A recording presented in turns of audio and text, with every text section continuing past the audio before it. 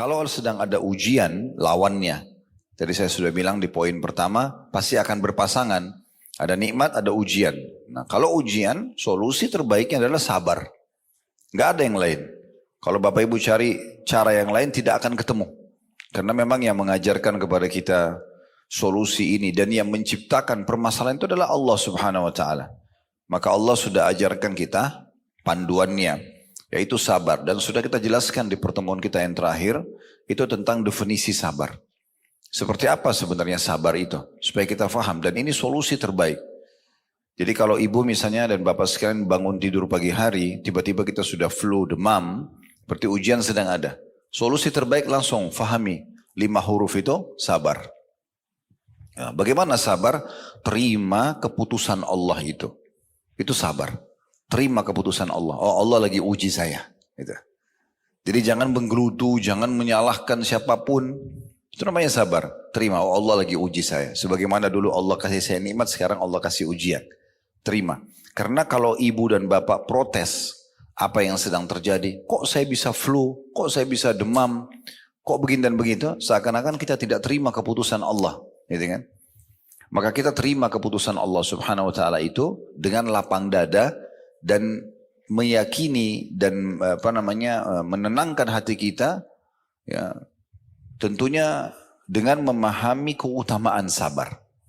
Bentar lagi nanti kita akan lihat bagaimana Allah menggambarkan dalam banyak ayat Al-Quran tentang masalah sabar, agar kita terus mengejar keutamaannya. Bukankah firman Allah Subhanahu wa taala yang berbunyi, ini salah satu contoh, nanti akan kita lebih dalam membahas ayat-ayat Al-Quran, innama yuwaffas sabiruna ajrahum bighairi hisab. Orang yang sabar itu, kata Allah, akan mendapatkan balasannya nanti tanpa ada hitungan lagi. Mungkin ibu dan bapak sabar dengan sakit 3 hari demam. Bisa saja Allah ganti dengan setahun sehat, 2 tahun sehat. Tidak ada balasan Allah itu. Ya, misalnya kita sabar dengan 1 kali lapar, berarti nanti dikasih 1 kali makan. Tidak seperti itu. Tapi balasannya tanpa ada lagi hisapnya. Itu kita selalu renung-renungi, oh ternyata keutamaan sabar itu banyak ya yang saya bisa dapatkan. Ya. Dalam buku ini juga akan dirincikan insya Allah. Ya, masalah keutamaan-keutamaan sabar itu apa saja yang kita dapatkan. Itu contohnya. Jadi kita renungi begitu. Kemudian ikhtiar, mencari jalan keluarnya. Jadi saya ulangi lagi, kalau sedang datang ujian, apa saja gangguan orang utang gak bayar, kita digibah, digunjing, difitnah, diganggu, ya. Teman-teman kita sekarang di Palestina lagi dijajah wilayahnya, apa saja, ya.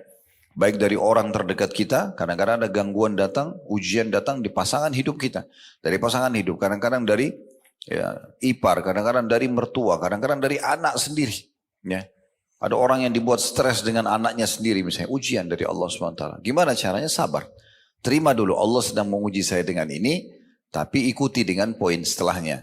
Ikhtiar mencari jalan keluar. Nah, ikhtiar ini berdoa, kemudian coba cari inti permasalahannya apa, lalu didiskusikan, bermusyawarah, konsultasi sama pakarnya. Nah, itu namanya sabar. Dan tidak masuk dalam sabar kalau Bapak Ibu pilih setengahnya saja. Kayak misalnya udah deh Allah uji saya sama penyakit, udah saya nggak usah berobat.